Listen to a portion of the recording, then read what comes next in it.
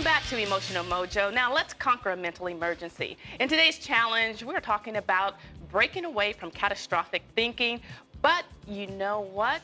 Sometimes bad things really do happen. So if something painful or stressful does happen, the next question you need to ask yourself is, what can I do to bounce back and just maybe come out even stronger on the other side of the ordeal?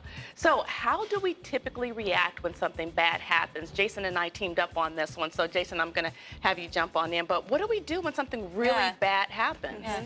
Yeah, what do you think? Some of us have complete meltdowns. Yeah. Right. Yeah, right? Everybody's different. Yeah, some people, myself, I will look like I'm fine on the outside, but I am freaking out on the inside, and that's just me. I don't like to show people that I'm So some people push it down, and some people are like lash out, right? It just depends. And I actually had this happen, you know, about 4 years ago. I went through a transition when the market crashed and, you know, things happened, and I lost my job. I had to reinvent myself. I had to change my career, but I was like, oh my God, what am I gonna do? It was like almost a meltdown because, you know, you put so much into your life and your career, and then something happens. Yeah. Well, and so with that in mind, let's talk about a few ways that you can actually be more resilient in the face of failures. Okay. Number one, and this is just what Jada was talking about, think of past setbacks that actually propelled you forward.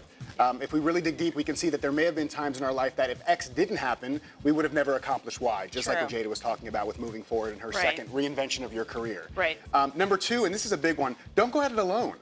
It's been shown that people who have close personal relationships with their family or their friends and who are comfortable actually reaching out for help and resources in their time of need have a much easier time transitioning from that place of helplessness or suffering to a position of empowerment. And that's I say that all the time. Yeah, I'm that's like, hard to accept, you know, if someone's offering you help, just because you have to admit that you need it. Absolutely, that's on you to do, absolutely. And then number three is think about how is this happening for you as opposed to why is this happening to you. And this is a big one, it's a reframe, and you simply ask yourself this question, and you have to get a little creative, but you realize what can be learned from the situation instead of being a victim of it. So instead of saying, my boyfriend or girlfriend broke up with me and why is this happening to me, ask yourself how the breakup could be happening for you, showing that maybe you need to focus more on yourself now because maybe you were losing your identity in the relationship. And this is the biggest reframe. I mean, you really have to change your perception of life, and when you look at it, you just have to go for it. Yeah, absolutely, and be creative about it. I mean, really kind of jump out there like we were talking about in the challenge. I love that. Go further and really find something creative to grab onto. Well, and you have to dig deep to make it happen. Absolutely.